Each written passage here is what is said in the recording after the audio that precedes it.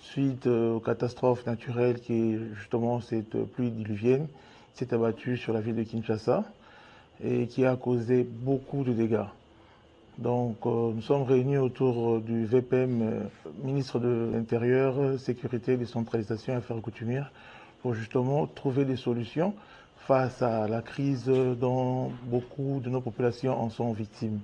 Alors d'entrée des jeux, nous tenons à présenter nos sincères condoléances aux familles éprouvées, mais également nous sommes de cœur avec des populations qui sont en souffrance.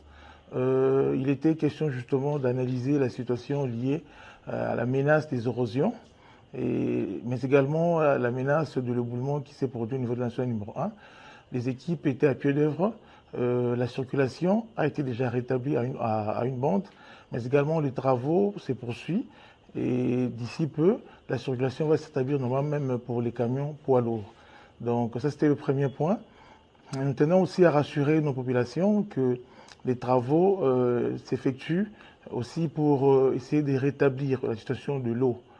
Parce que les infrastructures aussi liées à l'eau ont été touchées. D'ici 2 à 3 jours, la situation sera rétablie et quelques communes sont touchées autour de 12 à 14. Mais les équipes sont aussi également à pied d'œuvre pour solutionner la question. Dans le même ordre d'idée, il y a aussi des préventions qui ont été mises en place pour épargner les ouvrages liés à la distribution d'électricité via la SNEL.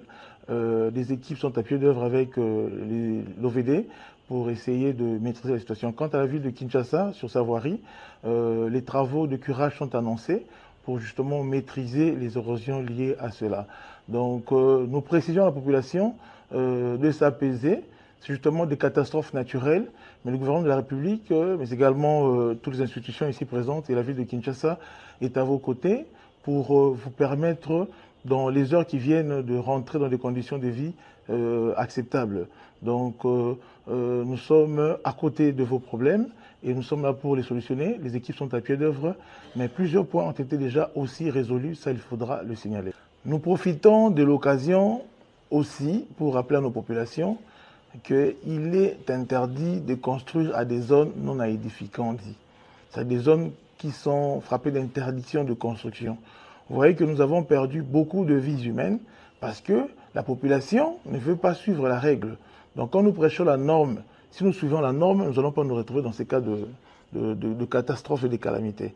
Donc les catastrophes sont naturelles, mais si néanmoins nous ne prenons pas le risque de se retrouver dans des espaces non aedificants, vous voyez, nous n'allons pas aussi trouver autant de pertes en vies humaines. Donc nous vous conseillons de commencer à vous organiser. Parce que le jour qui viendra, c'est l'État qui va se prendre en charge pour justement vous déloger, pour libérer des espaces non aedificants. Ce n'est pas à chaque endroit qu'on peut construire. Voilà, parce que nous n'avons pas suivi la norme, tout ce qui nous est arrivé.